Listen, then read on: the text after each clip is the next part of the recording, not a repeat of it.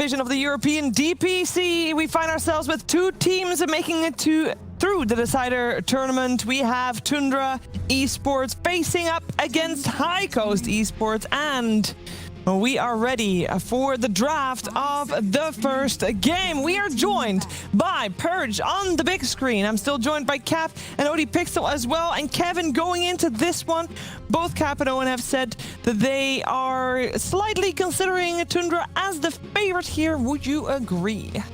Yeah, I would agree with that for sure.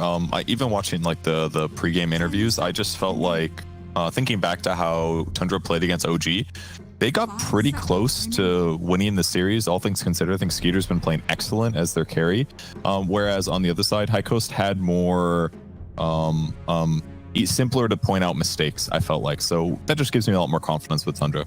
Okay, I have just household announcement thing.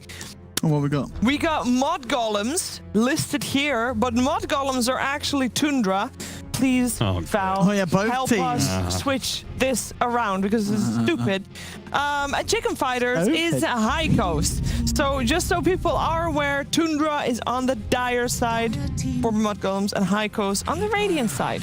I'm pretty sure that also is messing with Dota buff stuff as well, because you can only look at the Tundra or Mud Golems drafts, but not them combined. Yes, it is. And it hopefully, eventually, well, it's almost Thursday, right? Almost Thursday, almost workday, will almost hopefully be fixed. We got our nice opener, Creeper of the Light, Ember Spirit. It's been a little bit of a staple today. Yeah, Chicken Fighters feels like they're trying to do what other people have done better. Right? I mean, that's not a bad thing to do, right? They've not found anything that works yet. I mean, they tried the Charlie IO 2 times in a row yesterday. Was that yesterday or against Liquid? I mean, didn't work. There was some respect for that. Look, Mud Golems banned it. Yeah. They were showing some respect for the Charlie IO, respect that Carl was not giving him. They would have tried it again if they let them. They're just going to their second favorite strat, someone else did. But yeah, I think Coddle, Ember, there's nothing really wrong with it. Unless you feel like there is a particular weakness that you can abuse with Coddle. Like OG tried to show with the Naga Siren. Mud Golem's going to go for Juggernaut real early, which is kind of what I prefer to be seeing from Skeeter. If he's not playing like the hard carry, give him Juggernaut or Ursa. Those are the 2 aggressive cores that I feel like he does the best. But to pick him up this early, you like it, that? Because I don't like the fact that they have doubled down on cores in their opener. Void Spirit might be support. It absolutely could be. You're definitely not wrong on that. But I value Void Spirit's support when it gives you an advantage in the draft. I don't value it as a straight up like if I think this is for Void Spirit already, I don't put a whole lot of value. Does that make sense? I would agree with that.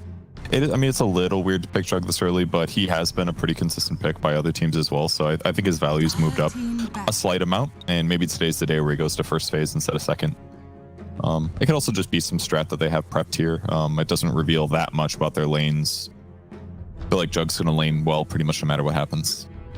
It does mean that for High Coast, we're going to see them focus their bans on all the supports, which is not something that we commonly see. So that's a little bit of a refreshing turn of events with the Crystal Maiden ban. I believe that's our second phase Crystal Maiden ban. There you go. Very good powerful. Jug dual lane. Yeah. That's all I wanted to say. All you got. Totally agree. Very good supports to be able to lane with Juggernaut. I think both of those heroes that we see right now take a good advantage of like their natural mobility and way to get in. Takes value out of both Inkswell and then Ciora.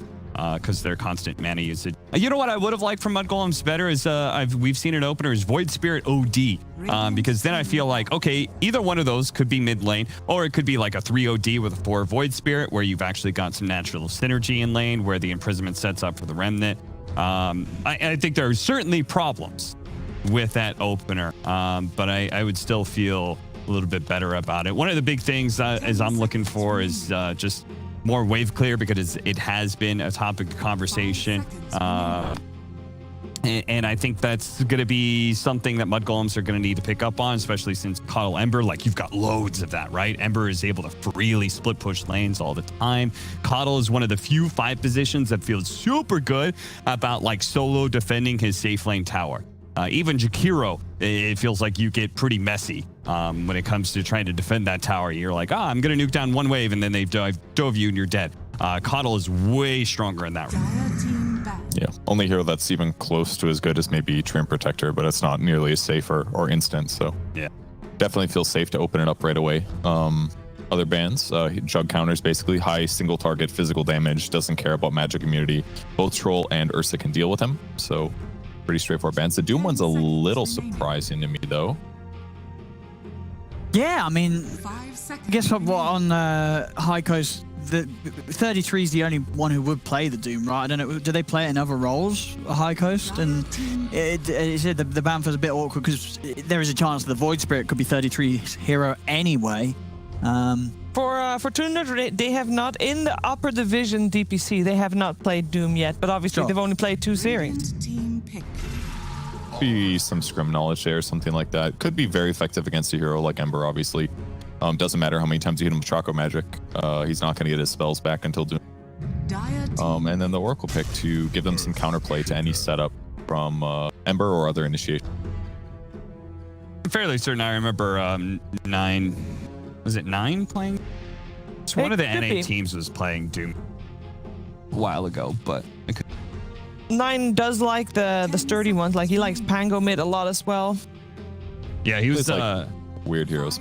Yeah. If I describe 9's playstyle, I feel like he is sort of a lane dominator. Like he likes the lane dominating matchups, and I think that's where I kind of agree with Owen in that like the mid lane matchup is pretty important. Who's going to be winning that one over? The 4-minute power runes, especially going to be something to watch. And then he plays a lot of those mobile.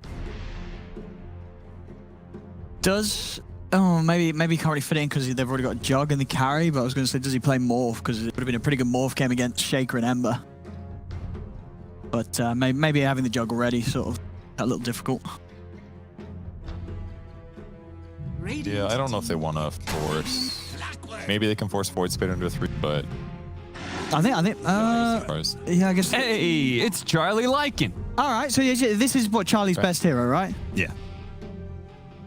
It's a really good pick. There's not that much AoE on the Mud Golem side, so it's going to be pretty easy to run them down. Cogs is going to be a little annoying sometimes to have to, like, they can actually disrupt fight a little bit, but it's a really solid time. 10 seconds remaining. And also, if it's Chicken Fighters is one of those teams that, if they were successful, I would imagine them to be the shortest game time. Because I feel like they are the lineup that is going to tend for more snowbally push lineups, right? They're more likely to be doing core Bristleback or, this Lycan that Charlie's so famous for. They're more likely to be picking a DK strategy or something like that. So if they are successful at it, I feel like they are the ones that are actually going to be ending games quickly. Is there any kind of offlane hero that would still fit that high-paced game style that you are mentioning? Well, I'm not fully aware of like what Chessie's hero pool is for offlaners, like more I can tell you what he's played so far in the league. It's okay, hit me with it. Pugna, Bloodseeker, Mars, OD, Darkseer. 5 different heroes, 5 different games. I see Darkseer being fine, right? You're going to be able to enable the Ember Spirit and the Lycan a bit more. Honestly, though, if I was Chicken Fighters, I'd be a little bit worried about... I don't know how strong you'd think this is, but if Mud Golems need to do the Void Spirit as mid and then to do the Clockwork as the 4, if they get 33 Bloodseeker for themselves as the last pick, that Blood Bright to clean out sort of the pushes. Oh, okay. Puck. So I was going to say Puck stands out to me, and here's why. I think Mud Golems could actually use a Puck because it's good control against the Lycan, and we've seen the phase shift attack actually do kind of good against dealing with some of these Lycan minions. They got to get some really good AoE control because you are playing on Oracle. And let me just tell you, I hate this matchup. I hate playing Oracle against Lycan. It's so hard to play that hero against Lycan because he just runs his whole army at you. If you ever show anywhere on the map, he's going to chase you down. One time I had to play against like Mason, who picked up a Shadow Blade on Lycan and hunted me down that way. It was terrible. All right, we have no control whatsoever out of that pick, but... Wave clear. Wave clear. Just kill him. Just kill him. Just win the lane. Yeah, I mean, easy. I'll be honest. I mean, I think High Coast Esports lineup is better. I like it. This is some good stuff. I mean, it's a Charlie Lycan lineup, and I don't see anything really wrong with the draft around it. I agree with The one negative, I think, is that Timber will lane pretty self-sufficiently against Lycan and does have some kill threat against him. So that'll allow Bauer to go do things in other places in the map. So that will free things up a little bit. So maybe they have some shots here. They can win that lane. All right. Thank you so much, Perch. Cap, shots if they win their lane. Shots for Tundra if they win their lanes, that is. But are you on board with saying that this last pick on the side of Tundra is not convincing you to sway their way? Yeah, they have their 4 position is playing Clockwork. Fiverr Clockwork, is that it? Seems so. Yeah, okay. And he's going to be roaming into an Ember Spirit, Void Spirit lane. Like, I don't feel like he's going to have super great opportunities to be very impactful. He's got a Puck that he's matched up against in the safe lane, so that's another hero you're not really able to put pressure on. The self-sufficiency of the Timbersaw is great when I feel like my 4 position is able to make big moves and really disrupt other cores' farms, but I'm not convinced. I think overall I just like the big picture of High Coast lineup that is going to be taking towers. I feel like they're strong. I think it was a good Lycan game. Good Lycan game, Owen.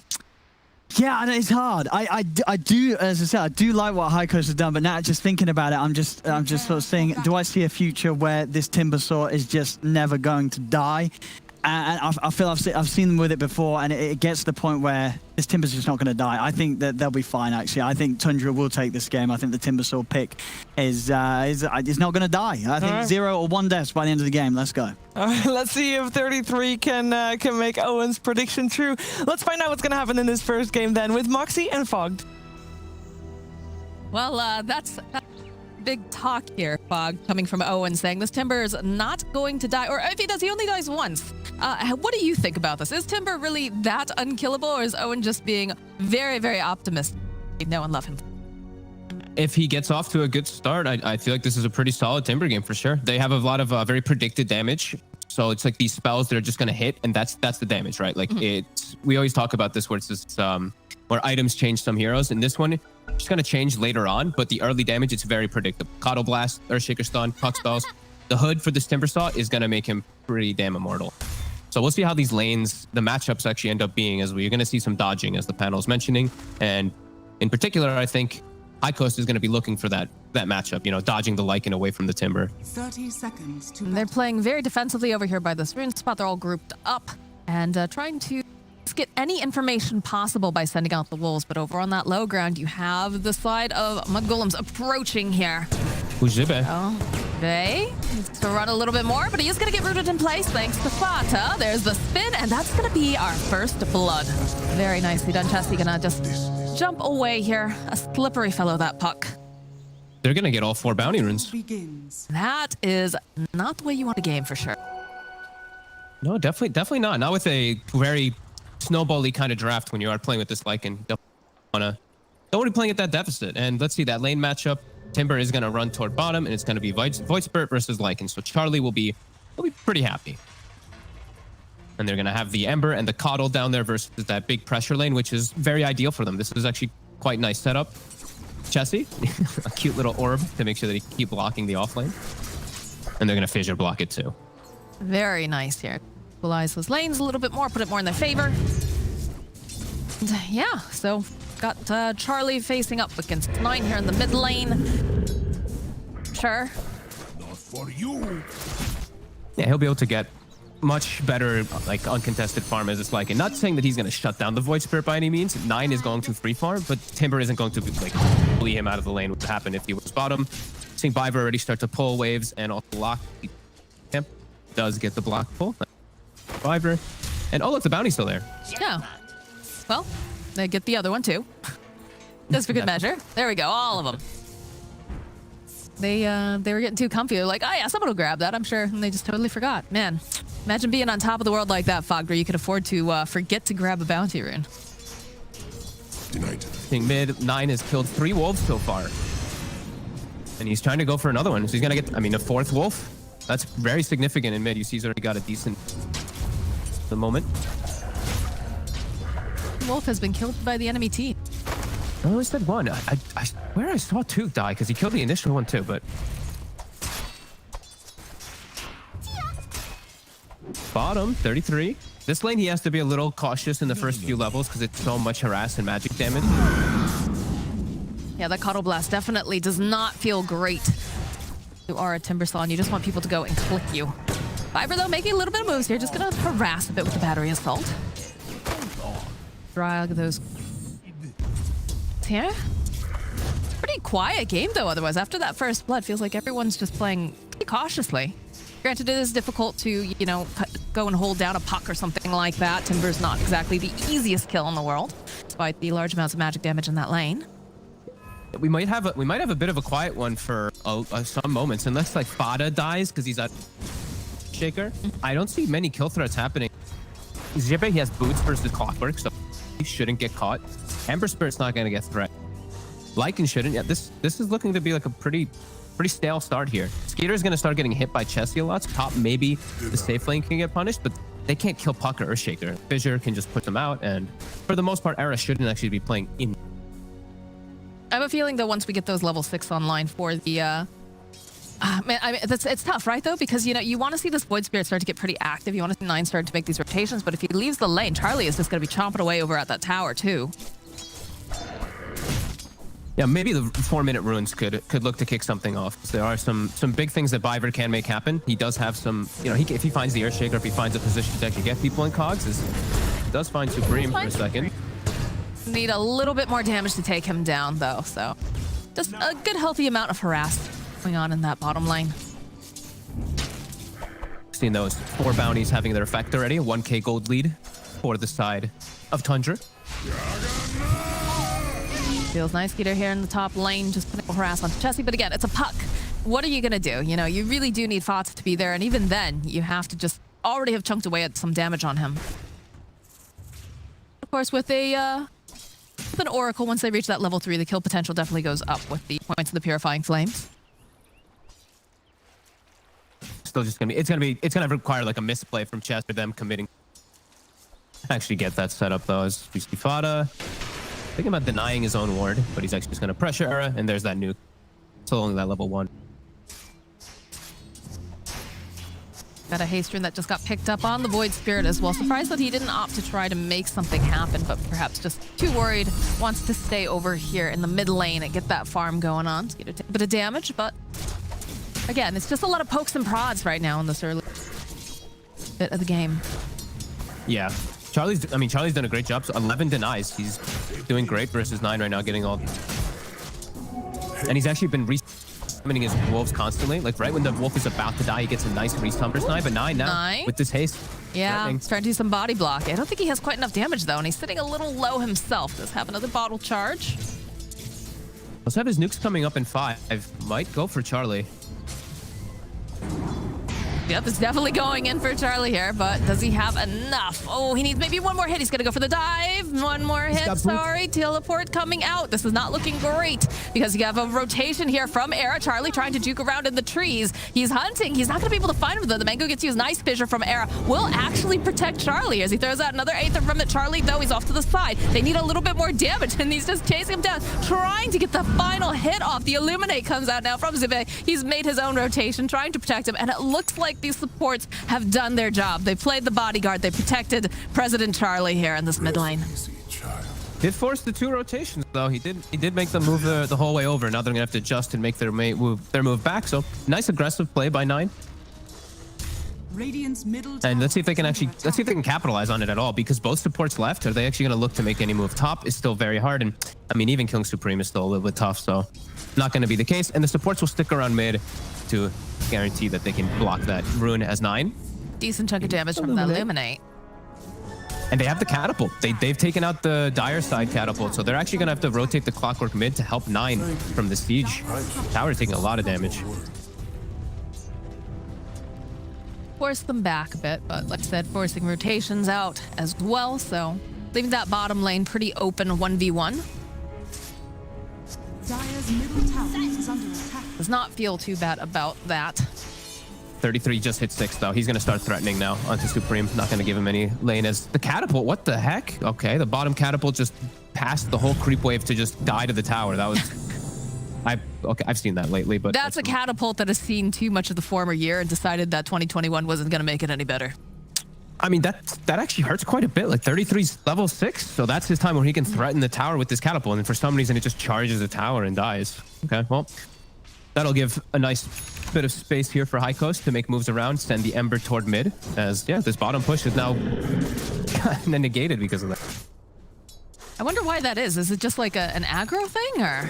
It's a weird aggro thing where if like a hero gets hit by something, the catapult takes priority. I've seen it a bunch of times happen in mid. I haven't seen it happen so much in like the side lanes, but I mean these type of small things they do hurt a bit, but we do see Tundra still up to 2k lead. These 3 lanes are going really well for them. They have shut down the Ember significantly bottom. Going and placing down one of those sentry wards, keeping tabs on the Lycan, making sure not comfortable and that they know exactly what his progression is. I do like Zibby though. He's down in the bottom lane. He's going to be able to keep them off the tower for the most part unless they go for a bit of a dive. Benefits, as BSJ said earlier, is that you definitely want to have these supports that can shove out creep. They're hunting for him. They know that he's going to be down here. Vivor's on the prowl. Okay. Indeed. Didn't find him just yet. Ping. He knows. Vivor sees, he sees the tree cut. Ooh. The battery assault comes out. Zibby's having to run for his life now. Top lane, they managed to take down Era using the Omni Slash, but bottom lane, Zibbe just running for his life here. And it looks like they'll be kind and generous and decide that he's not worth it. But you have Fata? more going on over here at the rune spot as Fata forced to use the Purifying Flames, trying to stay alive just a little bit longer. It looks like they don't have enough damage. 9 coming forward, gets the kill on the courier. Being held in place, but top lane, they will end up losing the tower there. A lot of moves going on around the map, all simultaneously around this 8.5 minute mark. Yeah, nice deny though from 33, and he also kills at least one of the book 1 summons, so more gold for them. As we see, yeah, 2k gold lead and continuing to grow. See what Chessie makes happen is he does have coil available. He's got to maybe bail out Zibbe as they're going to go on Vivor. Yeah, you have to hold him in place. The Dream Coil, throw out the Illuminate. Get off a couple of these little clicks. You have to be a bit careful. Era making his own rotation here. Should be able to help get this kill. Bottom comes out. Chessie on the hunt. Over on the side, though, Supreme has managed to find the jug. Silence comes out, and eventually the puck will pop. But Skeeter's going to be able to run away. They chased for a long time. Gives some time for Tundra to set up, get some decent damage on mid, and also look at 33. He's dragged the top wave. He's bringing it to the mid to pressure that, as well as push top with this. A nice move by the Timber. Radiant's top tower is under attack. Looks like we're gonna have a skirmish in the middle lane. Supreme's like very low, the Purifying Flames coming out, and they'll take out Supreme. Pretty big slip up by him there too. Just very far forward versus the Oracle. Versus that Void Spirit, not expecting to get taken out. Just more damage than I think he expected coming. As that tower pressure. Yeah, huge rotation for the mid lane right now. What they can really hope to do, they can, you know, spam out a couple of these Illuminates, but 9 and 33 don't seem like they're eager to leave at any moment. Teleports are coming out, though, as well. 33's courier does get murdered during all of this as Supreme's back in the mid lane. Into place. Should just be able to timber tame himself out. He's got the chakra. And the jump in here from the puck. Be another remnant going forward. 33 is taking too much magic damage, though. He is going to go down here, as now it looks like the Void Spirit, he had the Aether Remnant up, but he will fall to Charlie. And just like that, that mid push is over with big rotation.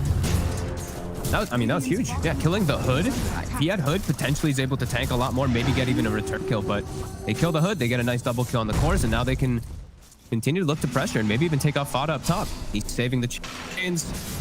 Yeah, they should be able to get this. Just waiting to make sure he can't purge them off easily. They're going to be able to do it. He has his own ultimate as well, but I think he's going to end up taking just too much damage with that slight coming out, and Supreme just chasing him down, giving a couple more clicks and whatnot. He's healthy. No, it'll be fine. He's looking to turn.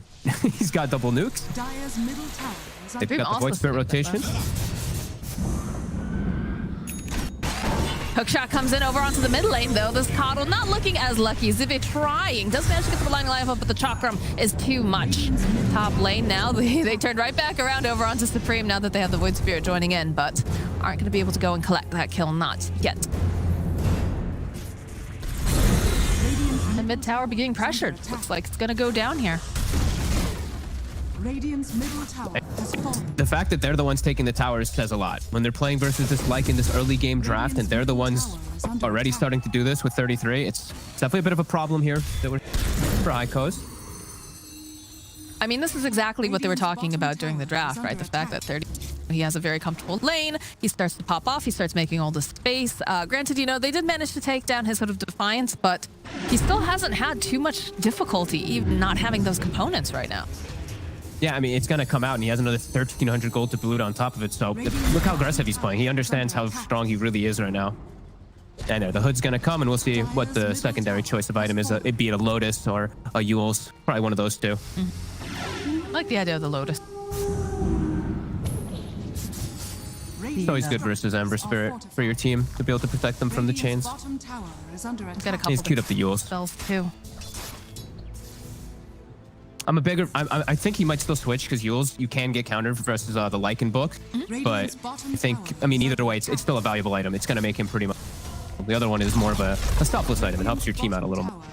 Yep, another tower going for the way of Tundra. Almost all 3 tier 1s. Now, I thought the whole point of this High Coast draft that we're looking at was supposed to be, you know, get a lot of momentum going and start running them over, and it feels like that has not happened really at all. What do they need to do now, Fogged? Because it feels like, you know, with all these loss of the towers, the fact that this Timber Saw is getting bigger and bigger, it feels a little scary for them. I want Charlie to just kick up the pace and look for these constant fights because they have great team fight with their draft, but they're getting picked off a little bit here when they are split up. Oh, the hook shot from Biver will be able to go and collect over onto Zippy, and they just realized that Supreme's over here too. They have any more catch though, so he's going to walk away. Yeah, I think they have to wait for these next 2 big items. Chesty's Blink Dagger is about to be done. The Book 3 is about to be done on Charlie, and I think then they can really look to start gunning down and looking for these fights. Because like we said, you know, Coil, they have Earthshaker ult as well. They have a lot of different things to throw in. While the Dire side, they don't really have that straight team fight. They just have these heroes that can push lanes and get the farm and be pretty unkillable with the Jug Timber. Right. Everyone's just hanging back for now, like you said. They're probably just waiting for those next items to be up. Blink Dagger up though. Pretty deal. Orc gets completed now for Void Spirit. The Necro Book. Their level completed. Lycan. It's a very, very nice timing for this Orchid. This can trip things up a lot. So both teams are going to look to actually smoke up and look for the engagement. And yeah, Chesty, he may have the blink. He just has to watch to make sure that he gets the initiation from kind of the tree line or from the fog or from a smoke or something like that, so he doesn't get instantly orchided. Pretty much one of the main sources of initiation here for the side of High Coast. Looking at Chicken Fighters keeps throwing me off. I know, we have both names, right? We have Tundra and, well, Mud Golems and Chicken Fighters, but Yep. not really. Not really. Dream on the bottom lane, though, is taking a little bit of harass here. It's held into place. Here comes the move, Charlie. Here comes the rest of the team, though. Fada just getting nibbled at here by all of these summons. He's going to force to use his own ultimate to run away. TP out. Dreamcoil's going to get used down over here on the side. Going the easy Echo Slam over here. Doesn't really do that much, though, against this Timber Saw. He's too powerful. His silence up, though. Turn back around. They've got a lot of damage over here onto this puck. We're on the backside. Biver and Era kind of duking it out. Era's not looking too healthy, though. He's going to be taken down. The rest of the side of High Coast seems to just want to walk away now. That shows a big problem, where they show up with all their big timings. They only get the Oracle because he has to actually coil him to make sure he does die. But now 9. Got the Orchid. He's going to try to run those remnants, though, coming out from Supreme. 9, though, just going to be able to go right down into low ground. Doesn't matter. They have that vision. So 9 will die to a slight. Okay, there we go. They do get the secondary kills. But we're definitely seeing a bit of problems where when 33 shows up, he actually went for Vanguard, and now he's going to go for Eternal Shroud. He's switching the build up a little bit. Vanguard, very valuable versus all those summons. Holds his ground, and they can't actually push a tower. Now, they didn't even touch that tower bottom. Just getting a couple kills. Yeah, that's definitely worrisome, the fact that, you know, they thought that they would have a better engagement than what they had. But didn't get as much as they would have liked, and they definitely didn't end up getting objectives. Not great the way that they need to be playing this for sure. Look at 33. He just does not care. He's just sitting in the middle of all these creeps, racking up that reactive armor. No cares in the world with this boy right now. He's got Eternal Shroud too, so it's like he can just convert all the damage he takes into mana too. This is a very unkillable Timber. He did die the once though. So someone, I mean, wait, who said on the panel he wouldn't die? That was Owen. He said 0 to 1 times though, so he's still technically within his predictions. Yeah, I'm just glad that nobody made any like crazy outlandish predictions like Kyle did the other. No. I think Kyle's done with betting on any lower division or any tiered anything pretty much. Maybe. I don't know. You say that, but maybe. We say that Kyle has learned his lesson a couple times, but it doesn't always work out. Discrepancy though here, 9 is running away with this net worth and having a difficult time. It just feels like it's only 16 minutes in, but it definitely feels like the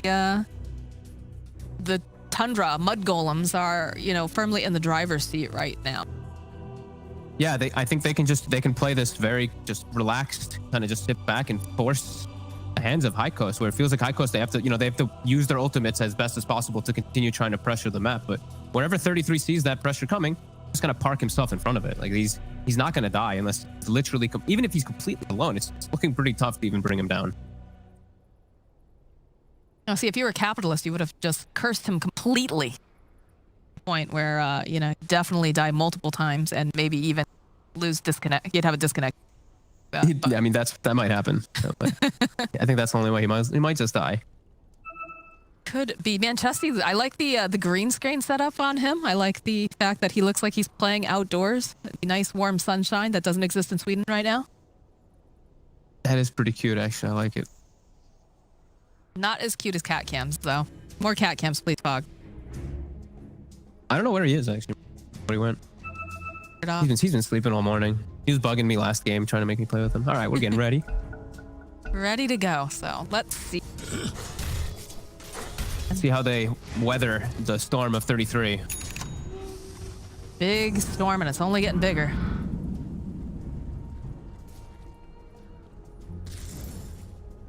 Now looking at the net worth, 8.7k currently for Eater here. 5 on the Timber and 7.1 on Void Spirit. Puck is the next highest coming out from the side of High Coast. Unfortunate because it doesn't feel like he's able to do a whole heck of a lot. And as we say that, he immediately gets silenced up, dragged up into cogs, and he's just dead. Nothing that can be done about that. Charlie joining into the fight here, but they just teleport out. Yeah, 9 just jumps into the tree line, and he'll be able to cut his way out with his Quelling Blade. They do lose that Obs Ward that was scouting out Chesty, a very nice one. God, look at 33. Look at this guy. Yeah, he doesn't care. Pokes right back at Supreme, says, oh, that's really cute. I mean, he just actually walks up to Supreme, and he's like, oh, you have Flame Guard on? Thank you so much. Pops his Eternal Shroud, gets all his mana back, and then walks away. I love that item. Feel really strong, especially on Bristleback. Been seeing that a lot recently. Yeah. And he's gonna commit for the Crimson Guard. So versus all these minions to protect his team, you know, you can only dispel 1 or 2 off with the Necro Book. So yeah, the guard, the block is gonna be very significant. We do see the Blink finished up on Era. So more team fight, as we said, on the side of High Coast. But I mean, Skeeter's just chilling. He's getting the synergy. It's all building in that trio. He's got the Maelstrom, he's got the Ags, and now he's going for the Shard. So he always have that spin to win power. Tower is under attack. Yeah, I mean, he's got all the space in the world. They haven't been able to pressure him at all. And that's a huge concern because he's just running away with the net worth. Now, look at Charlie, 7.6k versus 9.4 over here on this jug. Do manage to take down Fada, but this just opens the door here for them to go and take Roche. They don't have to worry about the Earthshaker now. They don't have that pressure there just yet, although they are rotating. They do know that they're in there, so they do have to be a bit careful. And we do have the Echo Slam still available. He's all hooked up. Force him out of the pit, sitting fairly low. Again, 33, very, very tanky. Doesn't seem to mind to be, you know, held into place right now. Has the Eternal Shroud. But I think they need some sort of a pick off. What do you think, Fog? It's too scary. 33 just is reading all of it. He's just walking around. They can't make the moves. Like I think this is the third smoke I've seen from High Coast. Era's going to be the one. Oh, Era's the big target if they can grab him, but he blinks out. Hook shot in for Fiverr. Doesn't find anything here. Perhaps a little over-eager. Could be the fissure. Fata throwing his ultimate on himself, trying to protect. We'll push back over here onto Chessie, and they are held into place. They need to get in. Oh, there it is. The jump over onto the back. They're just Delta splitting, though. They do manage to take down Fiverr, so they find something here. 33, though, coming from behind. Chessie jumping forward. Looks like he's going to be able to get enough damage off over onto 9. So 9 next to False Meter here. He does have the Omni Slash, trying to get some of those nice balances. It's going to be unsuccessful here as 33 just poking. Chessie also, though, trying to find an opening. 33 looking at Supreme. They're just dancing on them. Chessie as well as Supreme. The lack of stuns. 33 will be left behind in front of all 5 heroes, but they don't want to challenge him. A great charge forward by High Coast, using these ultimates pretty much perfectly. And just the surround. I think Cap was the one who in the panel who did talk about the Lycan book just completely surrounding that Oracle, making it really hard for him to fight. Well, that's like the second time, I think, that we've False Promise placed on himself. Right, yeah. Once in the top lane and then again after that fight. Because they are targeting. They do realize that that is the boy that they need to take down. He's the one with saves all the Bounty. ability of keeping people alive. Chessie. He'll get caught this time. People coming out on Fiverr. He's like, I gotta get out of here. Heals completed for 9 though. And as the production was showing us earlier, they are looking at flamethrower soon for. Oh, okay, cool. I've seen this one a couple times now. How do you feel about it? I think, I don't know. I mean, it's okay. The slow is nice. It gives you more catch, which they're lacking. Sure. Is there something that you'd rather him pick up instead of the flamethrower, or? No, I mean, it's fine. It's perfectly fine item here. Not really much space he has anyway for it, unless he wants to build another huge item. It'll take some time. They will be able to find Supreme down bottom. Be running for his life down here. Did have that force staff, but 33 is relentless, and he's to go and kill the Coddle. Very strange. I feel like we haven't seen like a full dedicated team fight yet. It's been a lot of pickoffs, a lot of skirmishes, a lot of 33 just, you know, in the middle of everything, not caring. That's tough it's tough for them to get like everything just in synergy together, because like you said, they Delta split, especially when the last fight was off. Like Era, he still has his Echo Slam available because he couldn't see an opportunity to get it. I wondered if... But he will have it now for this next further one. 9. All that, they're making their moves on Charlie, and they've caged up this wolf right here, yo-yoing right through, and down goes the Lycan. Does manage to get taken down, though. They managed to go take out Fiverr, but I think... Yeah, look at that Necronomicon damage. Oof. Poor Fiverr. 33 if he kills it, he's just fine, but you know, of course, it's just a Clockwork who's like battery Salter's rocket ended up last hitting it. Unfortunate for him. I feel like this is like kind of the only plan that they can do currently, because you're not going to be able to do enough damage to 30. The other guys are very elusive. You know, the Juggernaut and the Void Spirit, so you kind of have to go after these supports every time, but it doesn't feel super great, does it? No, but it feels like that. It feels a little bit like that for both sides, especially when Charlie does have his ult up. Like the catching on both sides is just a bit lackluster with what heroes they're playing. Ember Puck very elusive. Charlie's mostly only been fighting with his shapeshift, so he's just too speedy and elusive as well. Not Same if they get that hook shot off and they cage him up. Flamethrower is online though now for Timbersaw, so I'm interested to see how that's going to work. Is this the first time we've seen this in a professional match? No, we saw it the other day when we had a Timber as well. They went for it later on. Looks like they're setting up the 5-man gank for 33. There's that flamethrower. They'll go and hold the Timber into place. They've got a lot of damage, but he seems to be healing pretty well. It's going to take a lot to take down this Timbersaw, and eventually they take down 33, but boy, did they need a lot to do it, as the rest of the side now over here on Tundra, they're going to back off. They've got a smoke.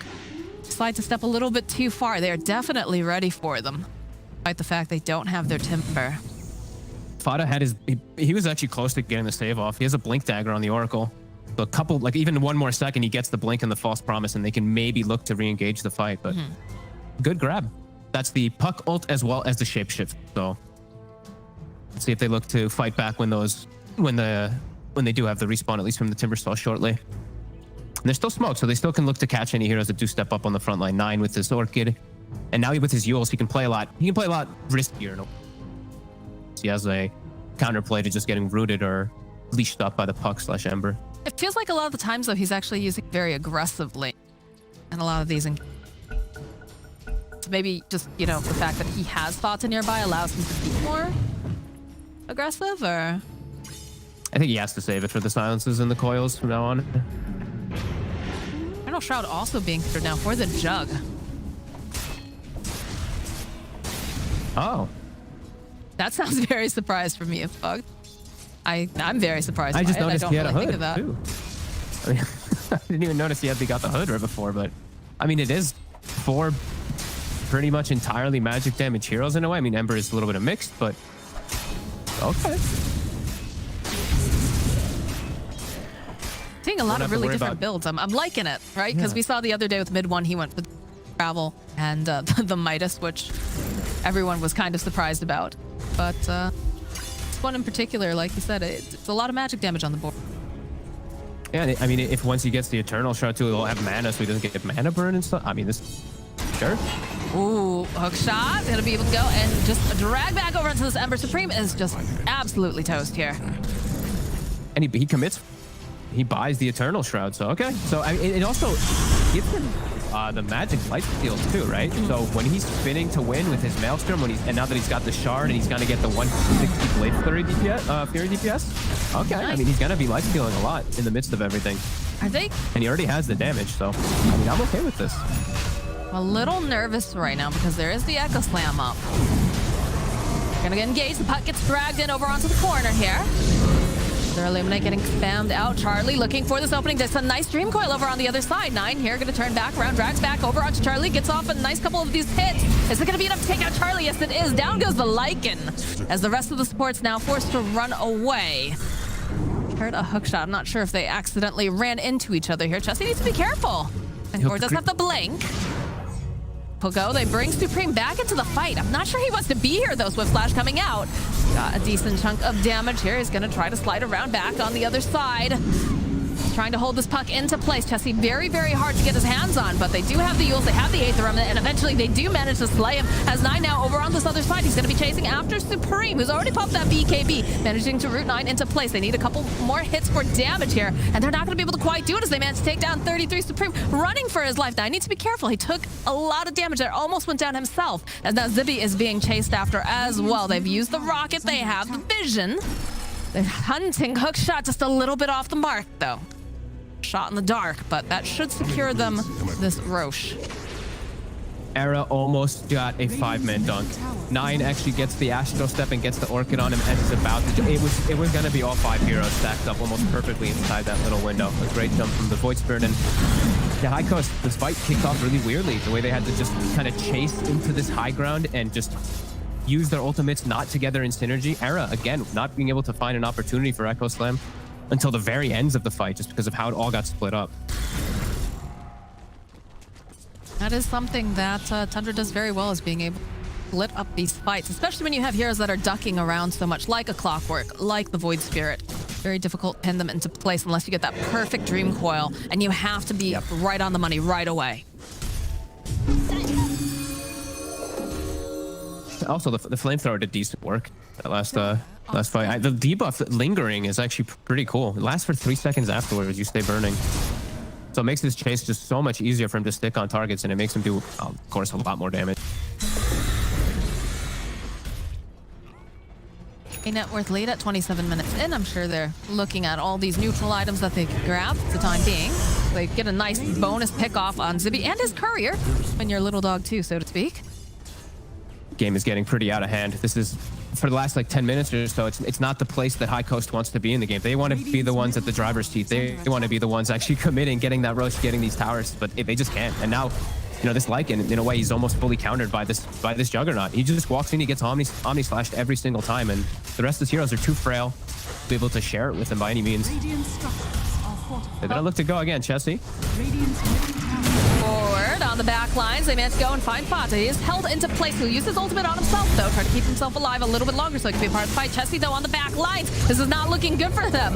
As Supreme pops the BKB, they get a couple nice flashes here, but not quite enough as Byron does go down. They take down Chessie, and they manage to go and get the Echo Slam, but there's just so much damage coming out the go. They burn down the Aegis. 33. He's finally sitting low enough. Are they going to be able to finally get this kill? No, he's still alive and kicking as Charlie next to fall. Supreme trying to run away. Skeeter just spinning to win over here. He was hoping that maybe he could get a denial. It's not going to be enough, though. Those neutral creeps are not going to help. Look at Zippy. He's just trying to go and deny the tower because there's really nothing else that he can do. Sponsor throws out the tip.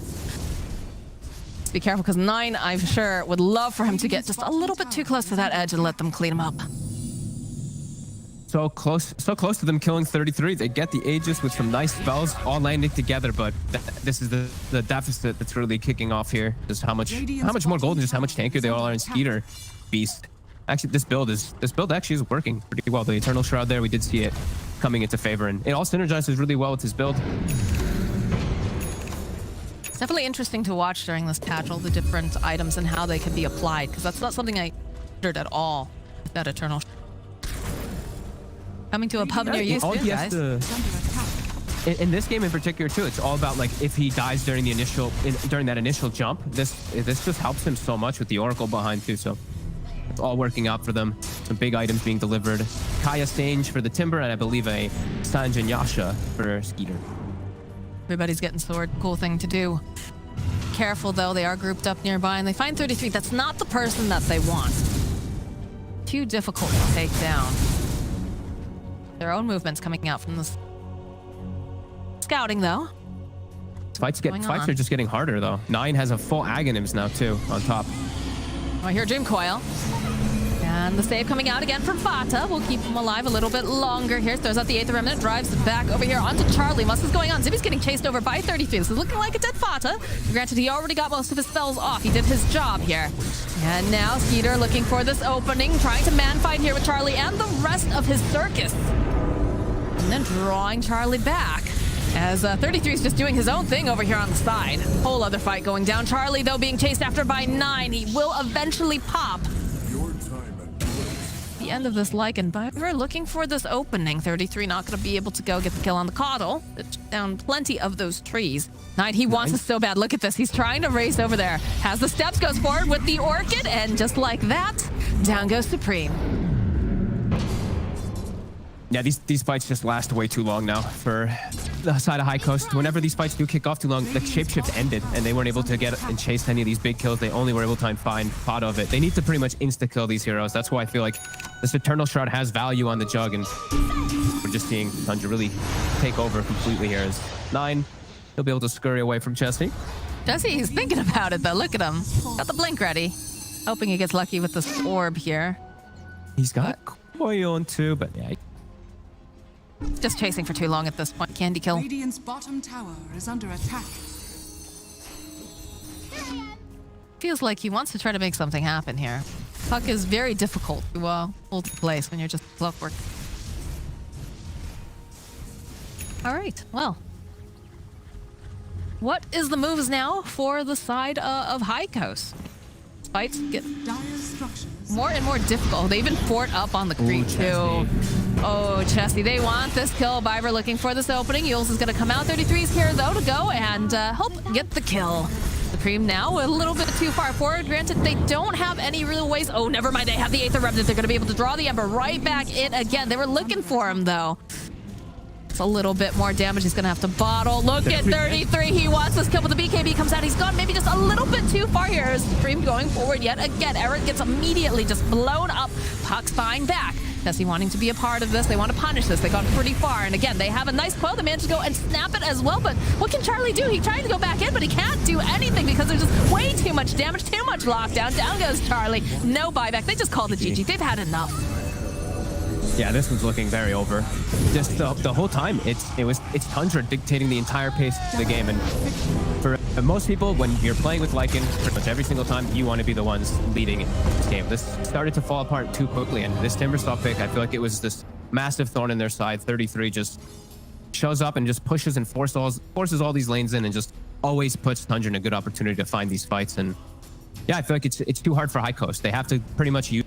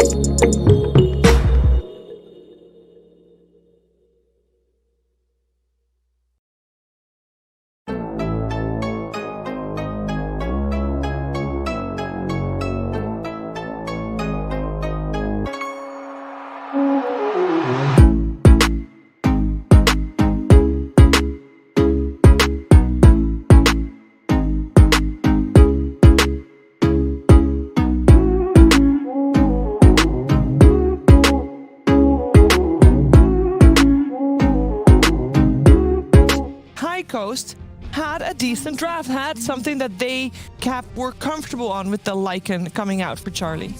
Yeah, but sadly they just kind of got timber sawed, and I think they got outplayed in multiple situations, and their lineup was very much a snowball lineup and needed to kind of like win the game by 30 minutes. They were behind for pretty much the entirety of the game. Actually, I'm not sure if they ever had a lead. The fact that they started off 1,000 down and the laning phase didn't really go their way either. So it's hard to win with the lineup. Lycan doesn't result. I feel like if Lycan gets successful kills, it's pretty solid. But all of his early rotations went on Fada, and he kept ulting himself and staying alive. So I feel like that slows you down a huge amount, especially come on top of what 3-3 was able to do. It was a hard game for him. Yeah, you're definitely supposed to be able to like pop ultimate, run at some cores, kill those cores, and then take that tower. And you're that's kind of like the rinse and repeat of the Necronomicon pushes for Lycan. You do that like 3 times. You've taken all their outer towers and maybe a tier 2 before 20 minutes, and then you feel like super strong. Like, okay, now I can build things like Assault Cuirass and like actually scale into the game. But no such luck here. And I'm gonna kind of assume that Tundra, to take game 2 as well, but we'll see. Maybe Chicken Fighters can outdraft him. I was in the pool, guys. That's where it gets picked. What it is. It's time. Is he tempted? Charlie, does he want to try again? 3 times is the charm, as they say. Maybe. 5 seconds remaining. I hope not. I didn't think it was the most exciting. I mean, it doesn't matter who plays it. It generally is not the most exciting gameplay to watch. And I think that High Coast thrives if they can set the tempo. And with IO, they might just take a little bit too long. Bounty Hunter, however, is a hero that you gotta set a high tempo with, because otherwise, well, what are you picking Bounty Hunter for? You got to get those kills. It's like a better laning version of Nyx Assassin that becomes worse than Nyx Assassin later. Team pick. I mean, you give your team gold, scout things out. It can be kind of effective, but first phase pick, I don't know. It's not like you surprise them with bounty hunter in some phase and they're like, oh no, a support bounty hunter. What are we gonna the hero do? doesn't scare me much. 10 seconds remaining. Maybe they got something really solid to go with it, and they go for the Monkey King. That's kind of because it does. The one thing bounty does do well, slow pretty effectively in the early game when you get invis with an orb of venom. So pairing that with like a poor Monkey King could be really good, because then you can get Jingus pretty effectively in the lane without 10 spending too much. seconds You have remaining. to commit like a stun from a support, but bounty it's like what 65 mana to get 2 big slows off. So Yeah, you like the lane matchup against Void Spirit as well, because Void Spirit's all about being able to trade efficiently with his E, the physical shield that he has. But Monkey King, once he gets to level 2 Jingu, so hard to trade with that hero. And then on top of that, he's got a near instant stun with Boundless Strike. Is that what it's called? Yeah. Boundless Strike that you can catch Void Spirit when he's doing. I think you have to have really good team fight whenever you get bounty well. Otherwise, the enemy team just kind of like groups up in a ball, and you team fights. You're not fighting pickoffs, so why do you have a bounty hunter? Yep. Owen, you said before the series that you were gonna pay some extra attention to the mid lane, and obviously last game that was a little tricky to do because we saw Charlie in the Lycan mid up against Nine's Void Spirit. You're probably hoping that he's gonna be the one playing Void Spirit again, because he did play it very nicely. It'll be 9 again, yeah. Radiant Would you be happy to see a Supreme Monkey King versus Void Spirit, or what would you see up against the Void Spirit for Supreme? I always, whenever you're laning against a Void Spirit, I like someone that's sort of a range lane dominator. I mean, we saw earlier today Lina. Lina was a really solid hero in that matchup. Storm crushed it in the Lina versus Void Spirit lane. In the past, some of the sort of beefy flash farmers have done a great job. You know, these heroes that just going to out-farm the Void Spirit, really punish the mid lane as well when Void Spirit's moving to make ganks. So anyone that can sort of put pressure onto the tower seems to be really nice. So they've got a few options. Yeah, if the Monkey King ends up mid, I don't think it will. I don't think this Monkey King will be mid. But if it does go mid, I don't think the Monkey King's going to have a very good time. I think this hero's much better in the safe lane. Yeah. Right now. Just because it's a pretty top tier character. Incredibly well. Yeah. The Battlefield, you get an Ag intercept. It's out of control. Your Ags gives you so many. You mean all the statues? So many 10 seconds statues. remaining. So many things. 5 seconds. They keep it open anyway. I mean, we have seen Supreme play Monkey King one of the games that they had against Team Liquid. Yeah, that was that weird Charlie IO. Yes. And then he was playing Monkey King, and then they had the OD with Nyx Assassin. That was the other combo that they had. Mud Golem's Tundra, rather, is going to ban away that OD from them. We're seeing Haiku's ban the AA, so maybe Morphling's on the cards. Morphling Ryo. Yeah. It's got to be one of those heroes, I would imagine. And but Morph probably does quite good against the Void Spirit mid. I think as long as you're able to, do the maths and make sure that you don't get caught out by the 1-2 of the burst, you're going to be able to out-CS him and punch him pretty hard, pressure him in the lane. Both games that High Coast picked IO first, they started out banning Ancient Apparitions, so it looks like they are intending It's going to be one of the two. the IO to, yeah. When they were picking IO before, though, they were doing it as like the first pick, though. Right? They did, yes. They were always just first picking it. It will be the Grim first. I mean, this making the Morph game look better now. If you go for E-Blade Morph with a Grimstroke in your lineup, it's going to be super strong. It's pretty nice with Bounty Hunter too, just because you can double track, double strike, and toss. So makes it super straightforward for bounties to do that combo. Kind of like it. And also, he's a great obviously soft, but for the enemy team. So if you track and they're both tracked and they shuriken toss, they double shuriken toss, but then they also double bounce, so you get 4. Well, 2. You get No. 2 shurikens that bounce. Because they don't split, it just bounces, right? But you're throwing Two shurikens will hit every person that's tracked. Yeah. So big 600 damage to every. And a lot of money. Yeah. And yeah, potentially a lot of money. I want to give a quick shout out to Lycan here. It's one of the most picked and banned heroes of the European DPC. And I say picked and banned because it's mostly banned. It's only been picked 3 times and it has not. Oh, wow. Rough times for the Wolf. Indeed, indeed. Well, let's see what's coming on the side of High Coast then, because they're taking their time. They have to fight up against Oracle, so there's a nice save coming out from Tundra Esports. I still like the morph, but maybe the Oracle puts them off because indeed they are going to have that protection against whoever's getting gone upon. But I still think it fits their lineup pretty nicely. You can only save one. If there's a nice link with the Grimstroke. True. Kinda. Well, you got the It's edict, mostly right? magic damage Yeah. that comes in, right? So Fate's Edict becomes really value. So very often what I would do in this situation is I'd pop my ultimate on the whoever's kind of the front line. And then I would, whoever's a little bit closer to me at Fate's Edict, that other guy, and start healing him. I think with Chicken Fighters, I didn't want them to pick this safe lane carry right away because I wanted them to still threaten, like, maybe Charlie's going to play the Monkey King, even though it's Supreme. But no, they're just like, okay, we are going to be doing this. Monkey King mid, Ursa, Bloodseeker are like two of the safe cores that work. You don't think this is going to be best with Chessie Monkey King? Let's save him mid to last. Yeah, no, that's actually a good idea. I didn't think about it.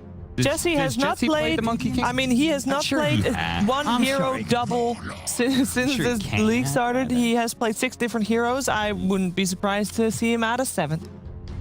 It's a really good pick, the Troll. If it is going to be offlane Monkey King with Bounty Hunter, that's blind axes against 2 guys that are all about hitting. So really solid pick there. 10 seconds remaining. Yeah, I think I think if that was indeed going to be Monkey King, they might have to rethink it. No, I'm pretty certain they just picked the Monkey King for Supreme right away because, like, when they see this Void Spirit with the Nyx Assassin, I don't think you can really feel comfortable moving that Void Spirit outside of the mid anymore. Nine's done a really good job with his Void Spirit. I think it's this hero's preferred lane. So I'm going to go ahead and say they still need the Chessie hero, but, you know, could be wrong. I mean, it's because the troll pick is also really smart because I think one of those heroes that would have been really nice maybe to play on the offlane against the troll to counter it would have been put Chessie on the Pugna, but I think Pugna is of course kind of hard for chicken fighters to pick because there's a Nyx Assassin who's going to kind of screw with you pretty big time, and of course there's an Oracle that's going to be saving whoever you go upon. So it really sort of opens the floor for this troll to come into a game. And of course, with AA also being banned out by chicken fighters themselves, a lot of, arguably the 2 biggest troll counters, they're just not in the draft. They're not available. I think they also want a offlaner that's more self-sufficient because this Bounty Hunter, I'm not sure if you could really make sure that Monkey King offlane is going to have a good game, especially since he's so... they need something that makes sure that people can't really leave. Maybe just put Chessie on the Darkseer again then. Have a Darkseer bounty lane. Would you like that? Oh, I guess it's an Oracle. Yeah, it's Oracle is kind of nasty. I really do think this draft from Tundra is just really well rounded because a lot of these things you're thinking about are just everything's sort of got a problem. I don't think there's a very obvious hero that High Coast can really end their draft with it. Yeah, it seems like Tundra rate the Oracle a little bit higher than most other teams outside of maybe Insania with Liquid because they see a lot of value in the Purge. They were doing very well against the Ember Spirit last game. Here, there's Jingu, there's Track, there's Inkswell that you can purge off as well. It's super value Oracle game. Viper's pretty nasty. It makes sort of the prospects of both this Monkey King and Ursa, if this is really your mid and carry, very hard to do. And they are as well. Enigma for Chessie, probably. Yep. What are you thinking, Purge? I think the Enigma is pretty solid here because it gives them kind of overwhelming teamfight advantage. There aren't a huge amount of interruptions on the Mudgolem side. It would basically have to be like what Nyx, Spike Carapace or Stun, or 9 like Yulzing or Stunning. So once he gets like BKB, Black Hole, going to be in a really good spot. Laning against Troll Warlord, he should be semi-okay. Just sit back and get protected. I like it. All right, thank you very much. We'll come back to you at the end of the game. Captain Heroes on the board. Not a fan. I don't know. I feel like this Bounty Hunter just forces a lot of picks, right? They wanted something that's pretty independent. So there's all the kind of like solo offlaners of Tidehunter, Brewmaster. Those are banned away. Venomancer was banned by themselves. They're left with Enigma, which is one of the heroes I thought about because, it does very well. You don't really need a support.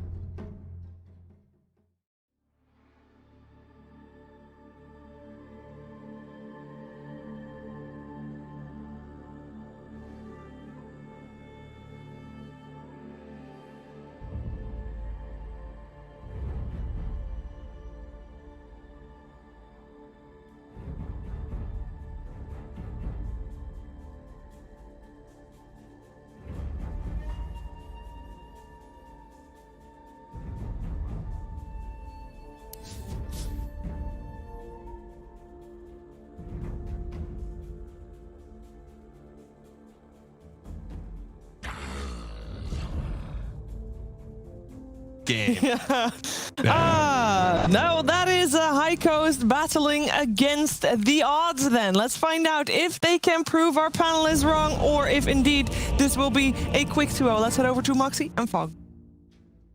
Well, that's a little rough. What do you think there, Fog? Even Owen doesn't believe in the side of High Coast Esports. What do you think? Can you give us any positive rays of light here? Prepare for battle. I was asking JJ for this one too.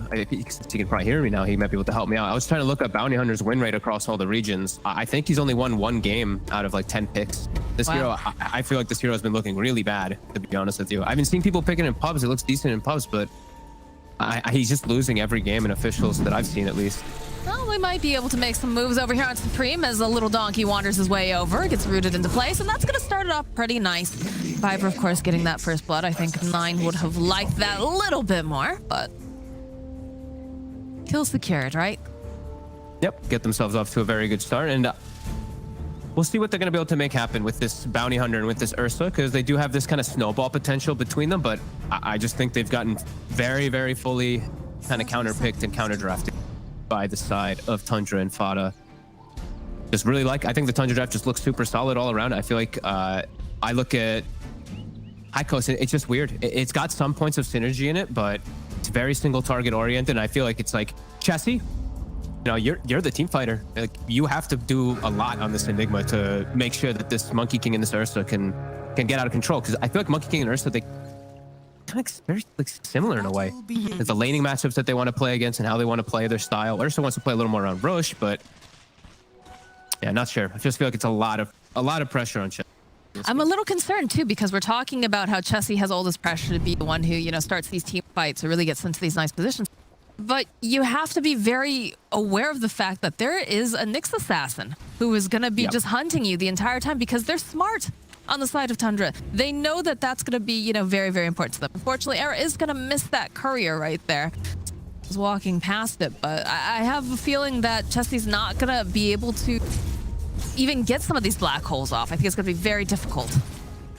Yeah, I'm feeling very similar about it all. And I did get, so JJ did respond to me, since JJ does much better research than I do with all that. Bounty Hunter is 4 and 10 across all of the regions. 0-4 in Europe and... Yeah, I definitely remember seeing a Bounty Hunter at one point during, I can't remember if it was CIS or EU, and I think they ran it in the mid lane too. Not successful. I mean, they're going to try this aggro, or this defensive tri-lane to secure Charlie's farm. So Chessie just has to play very passive bottom, play very careful not to lose his Eidolons, not to give too much farm to Skeeter, and they're just going to have to pull the lane and Viper. They will be able to successfully get on Tundra. And yeah, they have to accomplish quite a bit here with the Grimstroke and Bounty. At least get themselves a kill or something to make this lane actually worth it. It is such a hard lane to play into too. Just having that Viper there, just period, is so disastrous for an Ursa who just absolutely hates being kited. Supreme misses the Boundless to get his Jingu stacks up onto 9. That was the 4th hit there that would have given him his charges, so he doesn't have that. And 9's played the lane pretty decently. He got a better block than Supreme, but it is a Monkey King advantageous matchup, so he's still doing just fine. Top lane, Charlie is not having a great time here. Doing decent with the CS, but I'm sure is very, very annoyed with the fact that 30 constantly going to be go all over him here. It's like we had a bounty rune left over. Man, they're not great about getting all the bounty runes, are they? Second time now. So this is now Chessie's just gonna straight jungle, and they're gonna give an absolute free lane to the Oracle and the Troll Warlord. So this is never a good sign when you're giving a free lane. Let's see if they can get any kills top to at least get something out of this. They won't be able to actually. Ooh. Yeah, he ticked down quite a bit. It was a nice impale coming out from Viper as they took a little bath and all that nether toxin. So now I want to see Fada get this pull off. I want to see maybe even him hit, maybe he even hits the level 3, but maybe not even needing, and just go mid. Trolls alone, let Skeeter maximize, and you just go shut down the mid laner. If Enigma's just gonna leave the lane, you just go ruin Supreme's game. You can dispel the Jingu, and you'll just be able to set up for kills with 9. So I definitely want to see Fada look to make that happen. That is a sad monkey when you dispel the Jingu. 33's courier though does get sniped here by Era. Little bit of silver lining here, but this top lane is just not aggressive enough. I'm not seeing enough happening, really. Not every time they try, Viper's been really good about setting and pushing it back. They're going to try again here with the Ink Swell and with the Slow.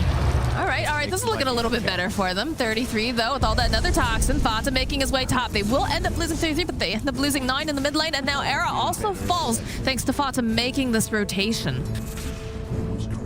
What happened in the mid lane? Tough matchup. He just got Jingu'd up. And just gets boundless. I guess. I thought that's why I'd see Fata make the move over there to at least bail that lane up, because it's going to be tough for the voice bit, but he makes the move top. He makes this executive choice to slow down the Ursa a bit. But eyes on him to make... And, I mean, this is the dream. Like, Skeeter is literally just going to have absolute free farm while an Ursa is contested. That's an absolute nightmare if you're a High Coast fan. You know what happens when this guy gets farmed. He shows up and he just absolutely is a raid boss. He wrecks space. And okay, what do we have here? Oh, we have the mid.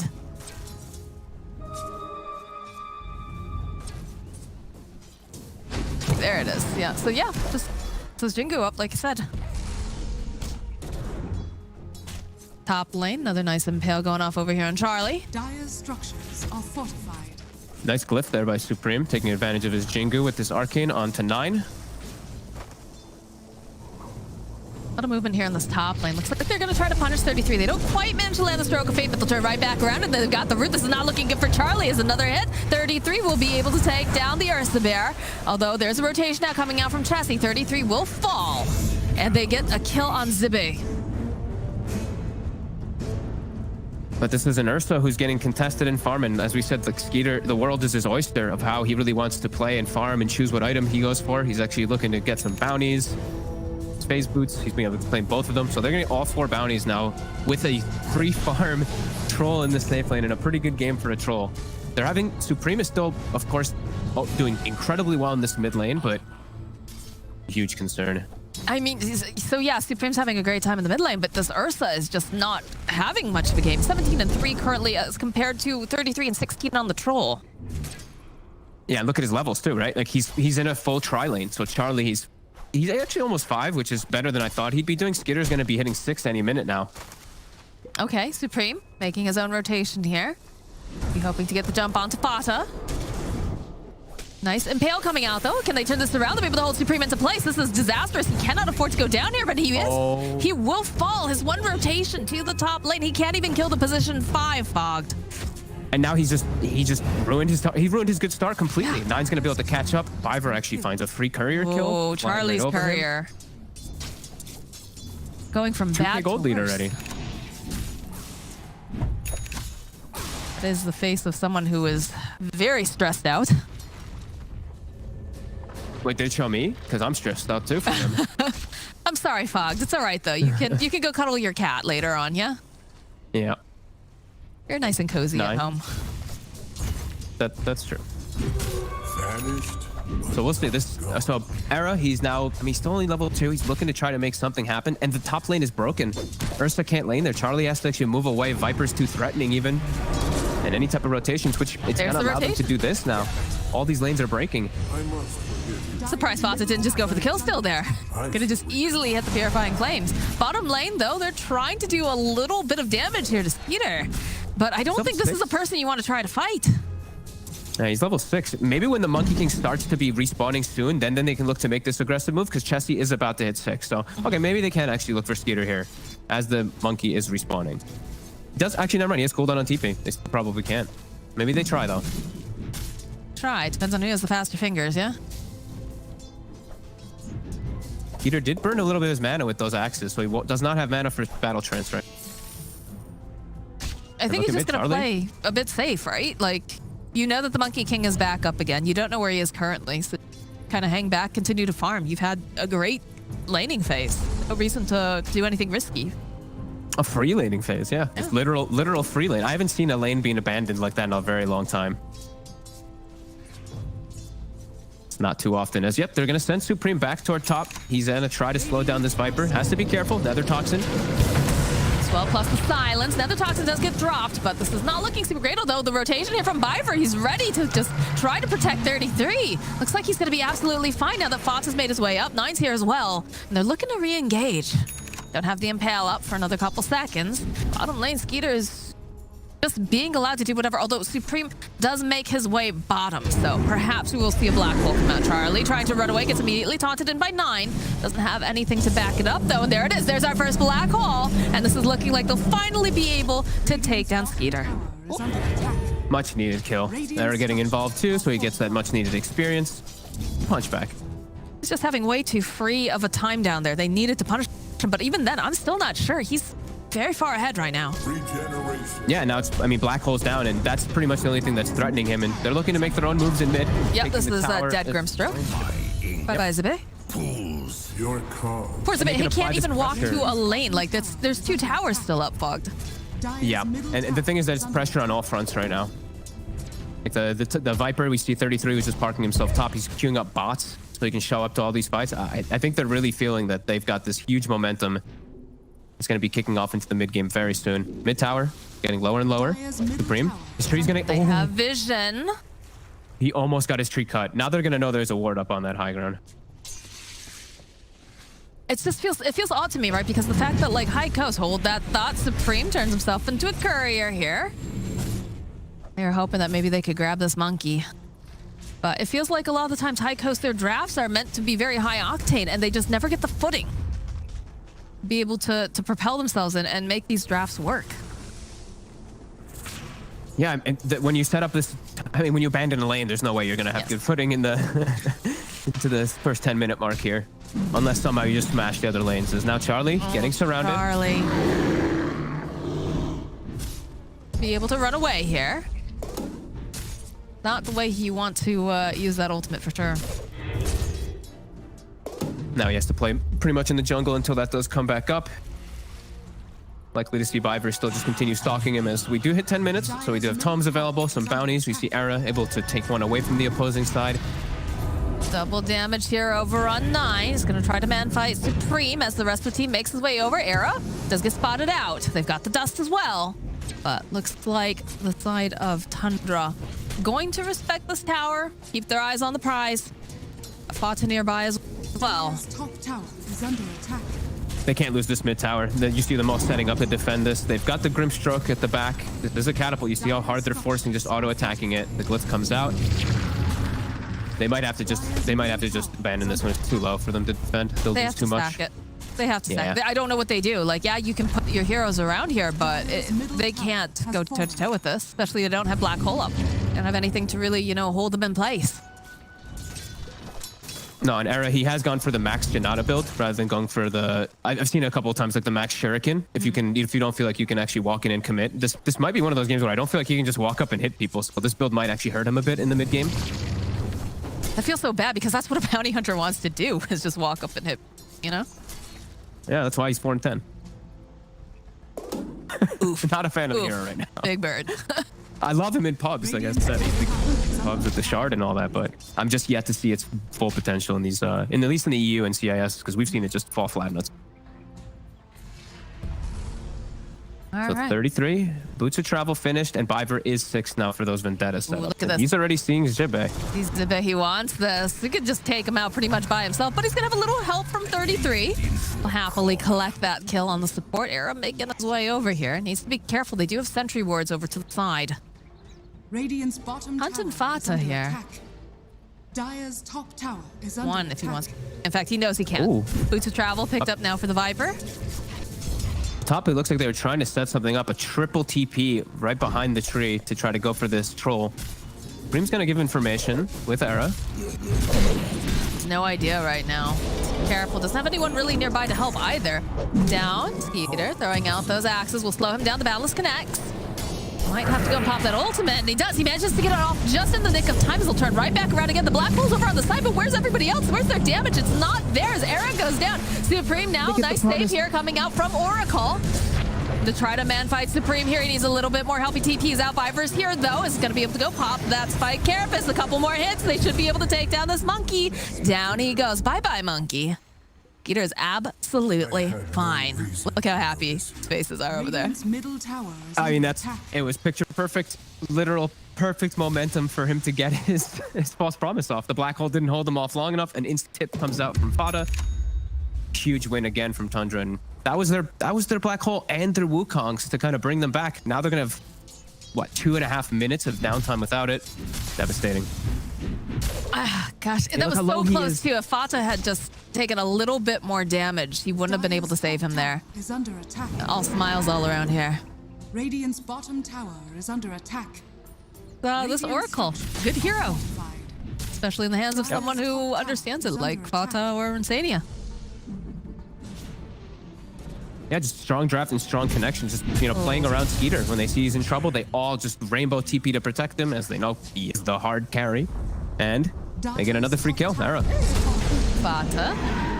Try to go, just purge this off as the rest of the team. And again, like we said, they are just squatting up here. Back off a little bit. They use the Soulbind, but that's okay. Cool. They're fine hanging out together. I'm pretty sure Viver and 33 have been making moves across the map together this entire time. What's another couple seconds where they're being there? Yeah, these two have done a great job. Viver in particular, he's 109, 10 of the 13 kills, just always turning up perfectly with his stuns. Always at the right place at the right time. As Chessie, he had the blink initially queued up, and now to go for that BKB. And they still do have Charlie getting an okay pace on his Battle Fury. It's about 800 gold away or so, 700 now. But it's feeling very concerning. I mean, Nine's getting this absolute free game on the Void Spirits. All three cores just chilling and farming, and they have very good counters. At least just the Nyx Assassin versus the Enigma until that BKB. But I think for High Coast, they have to just play the farm game. I feel like if they look to make any aggressive moves, they're going to be under vision of this Nyx Assassin or wards. Era just has to be this information getter. I feel like they're not allowed to just do the farming game, though, because I feel like the way that Tundra is playing is hyper aggressive. You know, that high octane that we talked about earlier. Look at Gita versus Char. Look at that difference. I'm worth so much more. They have to be set up though with like observers and sentries on all of these cliffs where you're walking up, and just protect the triangle for the time being. And just like we said, get this, like you're saying, get the Enigma BKB in particular is probably the biggest one, so that he can actually just look to be in all these fights. There's no way for him to cancel. He's got to make sure too that he's. I understood what happened with that black hole in the last fight, because he saw 33, he saw Fata, and he figured, let's just pull them off of the fight. Let's make sure that this Oracle doesn't get off the ultimate. Let's make sure 33 can't just be hiding around all the time. But like, that was the problem, is he didn't have enough damage at that time, and because he didn't have that, it felt like a wasted black hole, because they still lost it. They still died. And look at this over here in the mid lane. They've just been hunting nonstop. Nine and Viver just shredding this Monkey King into pieces, rooting him into place. Down goes Supreme. Zib is here, but what can he hope to do? Is Era now over on the high ground. Nine is doing a bit of hunting, does get silenced up. He's got the Manta though. We'll be able to draw him right back in again, and that's going to be a dead support. Double kill now for Nine. Under attack. Easy illusion rune, easy kills, easy chase, and now they see Chessie bottom. Might be also threatening for him. They're all collapsing. I mean, they're making it look easy, just 1-by-1 kills. Every time they are trying to look for this farm, Viver, he's finding them with 9. Radiant are scanning. Throw the scan down bottom. Radiant's courier has been killed. Yeah? I don't know. Chessie's got to be really careful. He wants to try for a kill, it looks like. This is really bold. I mean, you can see where pretty much everybody is right now, at least on the side of Tundra, so realize that 33 is scary, especially when he's by the tier 2 tower. Yeah. Those Power Ranger TPs like we talked about. Yeah. Especially without one of their big damage dealers. I mean, Enigma, of course, he deals good damage. Post a black hole, but they don't have the MK the Ursa or even the Grimstroke for some damage, so they won't go. And Tundra. Pressure in the mid lane, look for any types of fights. Anyone they can find is a pretty free kill. And they're just getting so much more out of the map. 5k gold lead, getting closer and closer to 2 big items. Double Aghanim's. Troll as well, the Void Spirit getting near that. Difficult for High Coast up outside this league. Like, look at this. Every time. Right there, just immediately drawing back. They do spot Supreme over on the high ground as well. Era is looking very unhealthy as he's going to fall to 9. Viver waiting patiently, finds the Impale over on the Grimstroke, realizes that he's going to be the easier kill here. Why not just get something nice, quick, and easy? And down goes Zippy. Viver gets the kill. This is totally out of hand. Yep. And as I said in the beginning, as I feel like there's going to be, it's all the pressure on Chessie, right? Like this Enigma has to get the perfect and dream black holes to get his team back in the game. And he's got to have everyone alive. Like, that's the other problem, is that they're constantly getting picked off. Do manage to get that BKB online. The problem is he's just got to be so picture perfect in these initiations, because if there's no Ursa, if there's no Monkey King, or if they're just a little bit too far away and they can't get over there, it's not going to be enough to kill these guys. And it has to catch the proper targets, right? Like if Oracle's not caught in it and it's only 1 or 2 heroes in it, Oracle might be able to save one, and then they might just turn the fight anyway, even if a black hole does kick off. And a lot of the times too, it's just initiation as a, sure, you pop your BKB and you're this threat for that black hole, but initiation is just so much better on the side of Tundra. Like this Void Spirit just jumps into the backlines, easy ways to initiate. Same thing for Biver. And like we said, he already has almost Aghanims, so Grimstroke, this Enigma in the backlines easily gonna get sandwiched on. And there's no way that Fata's gonna be close. Like, you know that this guy plays a lot of Oracle. His positioning should be very, very good. So unless somehow like they pick him up before the fight and then they decide that they want to go and commit on like, you know, the full black hole, it's just gonna be too difficult. Complete Aghanim Scepter now for Troll. You see that Monkey King poked around a bit. They're gonna try to make some moves on Skeeter here. Billy Whirling Axe is coming out, stunned up with the Ink Swell. Can they burst him down fast enough? He's going to have to get that silence off of him. Oh, no, but here's Fata. Turns right back around again. Does get bashed up here. He's going to try to fight through. Does have that Wukong Cement, and he's just trying to get as much healing as possible over here onto Supreme, who's trying to dodge, trying to duck away a little bit. Eventually, though, they do manage to go take him down. Charlie getting into position. It's a nice black hole. They've got the BKB, and there's nothing that they can do about it, although can they finish him off? They just don't have enough damage. They managed to take him down once, but they can't take him down a second time. Fata getting chased after Charlie, though. Gets taken down by 9, and now Chessie running for his life. He's already pushed all of his buttons, though. He is an absolute goner.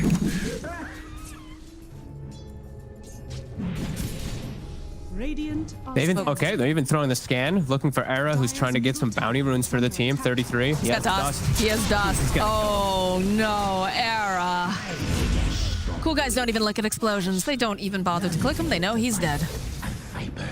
Just such quick collapse. As soon as they see Skeeter in trouble, they get there, and there's just not enough damage. The black hole's actually pretty decent at catching him after the Aegis, but too much is lost already at that point. And 11,000 gold lead already.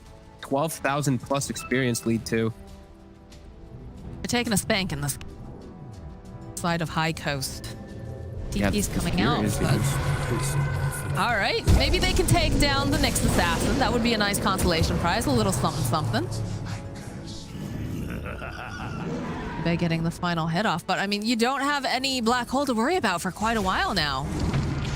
Look at this. No, you can lead the charge. Look how bold they are here. Zibi can't do anything. 9 is just a hunter, and they're gonna walk right into Skeeter over here. Gets him rooted up.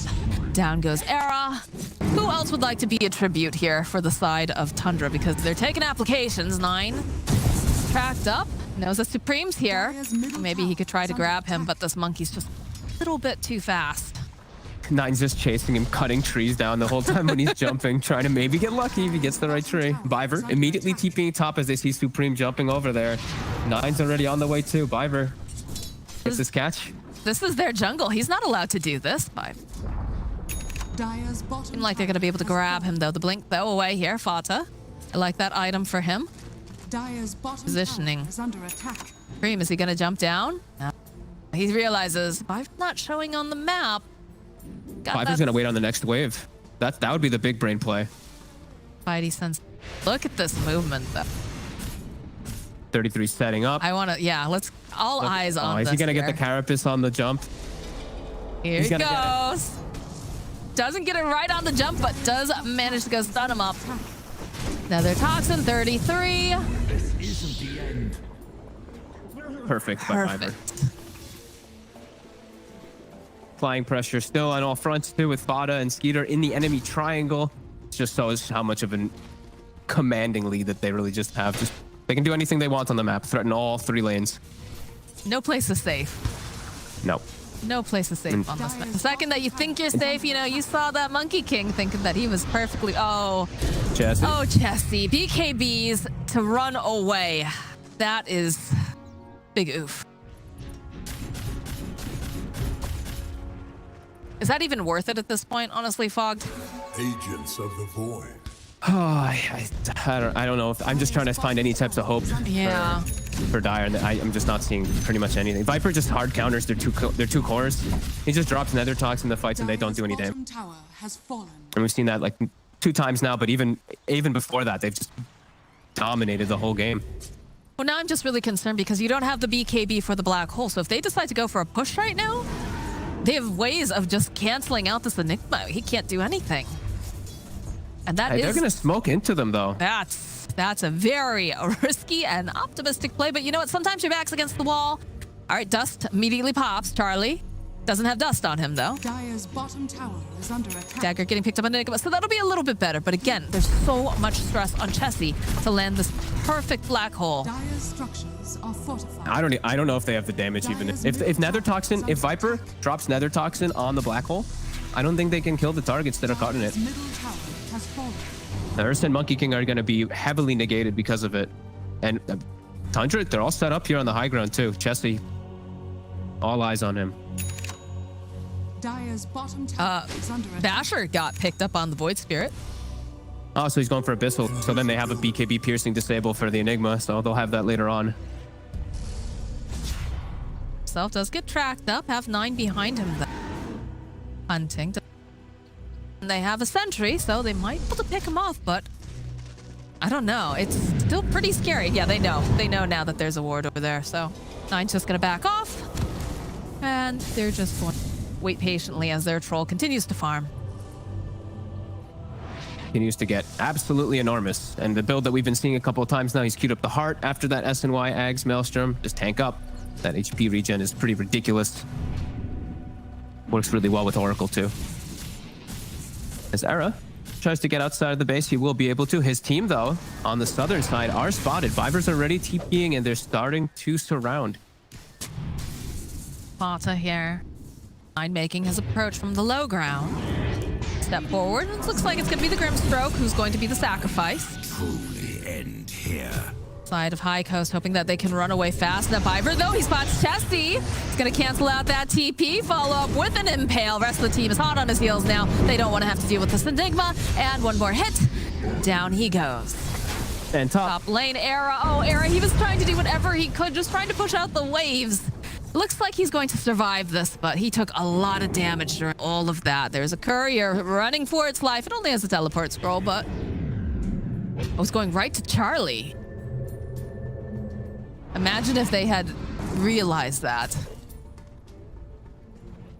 If they noticed it first, maybe 9 could have actually found him, but I mean, damage is still continuing to be done. 18,000 gold lead, rising up to 20,000 experience lead. And we said all the pressure on the Sport Enigma, and even then, it's starting to look like it's getting out of hand for him too. To even try to find the opportunities I mean, they're just chilling back, getting these next few items to be able to counter it too. About to hit the Abyssal later on. About to hit the 27-minute mark too.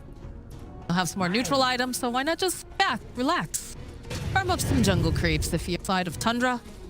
You get lucky, and you know, maybe then you can go for a little. Wait for the Roche and what. Yeah, the only threat is that black hole right now. They do have a BKB finished up now on Charlie too. Supreme is getting close to this, but he's getting caught up. All right. BKB. Oh, they're looking for it, and they do manage to get the black hole up over onto the troll. Can they finish them off fast enough? They'll be able to take down Viper, but again, Fata just being able to keep his cores alive the entire time here. Gonna force it back. 9 finds the kill on Supreme, so there is no longer a Monkey King zipping down. And now Charlie, oh, Charlie, he's just surrounded by so many unfriendly faces. Fata now trying to buy himself a little bit more time, trying to stay alive here as they turn right back around again. Triple kill here for 9. Era trying to run for his life, trying to get a little bit of money before he goes to. And this is not looking great. 9 doesn't have much mana left here, but he is gonna just go hit a couple of these bashes, and it is Skeeter who takes the final hit. It doesn't get much better than that, does it? Like, they got this black hole off. The only person they didn't grab, of course, is Fata because he has that save, but they didn't have enough damage to burst everyone down. No, they need it perfect. They need everybody around at the same time as that black hole kicks off. And I thought they were actually going to perhaps GG at that point because it's really looking... It's just looking impossible. It's looking even harder. Our Skeeter's he literally has a heart now. So they couldn't kill him before that. He's going to have a heart on top. And the solutions that Tundra has are now just, it's overwhelming. They have the solution, and then they have even more on top of it now. Roche is going to go down pretty quickly, and I'm sure that's going to be the time to signal it's go time into that base. So rest of the team, though, on the side of Tundra, farming up, working towards getting that Abyssal Blade over on 9. Not a super common item that you see in Void Spirit, but this game, exactly what they need. I don't know if they need it, but you know, I mean, they need to make Chessie feel even it's worse. a solution, right? You know, just in case. A little bit of insurance is never a bad thing. I like he's going for the rapier. This is not looking great, though, for Charlie. Again, he's slowed down. He's got the Viper Strike on him. He's going to have to BKB out. And he almost doesn't even make it, as now Chessie forced to run away from 9. He's just going to die. No Abyssal Blade required. 678 gold when you're 24,000 in the lead? What the? Some of these kill bounties. There it is. There's the Abyssal completed. Now the Enigma can't even get the successful black holes as 9. With level 21, he's got this crazy astral step, also the range 1100. He'll always be able to get in position to cancel it. And Skeeter with a heart up to the high ground. How do you get him to go away? Because he's knocking on this door. He's not even knocking on the door. Let's be really honest. He's just battering, ramming on it. Oh, we're on the other side. Oh no, Charlie's rooted into place. Like they'll back off a little bit. Going forward though with that Viper Strike, drops another Toxin. They'll be held together over onto the side, but Charlie trying to run away from this Wukong. Cream drops it very far into the base. They're very happy with that if you're the side of Tundra. Don't have to worry about it any longer. Just keeps purging off any of these tracks and whatnot. Dire's middle barracks has fallen. Harris Damage trying being to keep tossed track out, of they're hoping. information. Maybe they can grab someone. Yeah, look at Era on the back lines. Like, they just don't even care.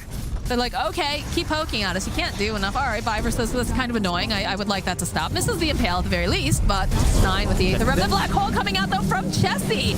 Can they do enough damage? Yes, they'll be able to take down Viper, but again, Fonta's just perfect positioning. He's going to be able to go keep him alive. Zippy gets taken down. Viper's going to buy back. Era buys back, so does Zippy. Over on the side, though, Skeeter, he does too much damage. As he goes, he slices down Charlie, chases after Chessie. The GG gets called. They have had enough. Skeeter getting a triple kill before all of this is done.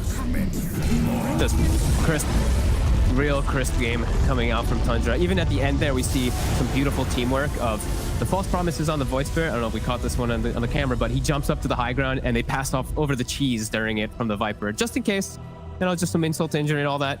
Heals him up to full, and yeah, just, I mean, perfect gameplay, perfect draft, both games, and just really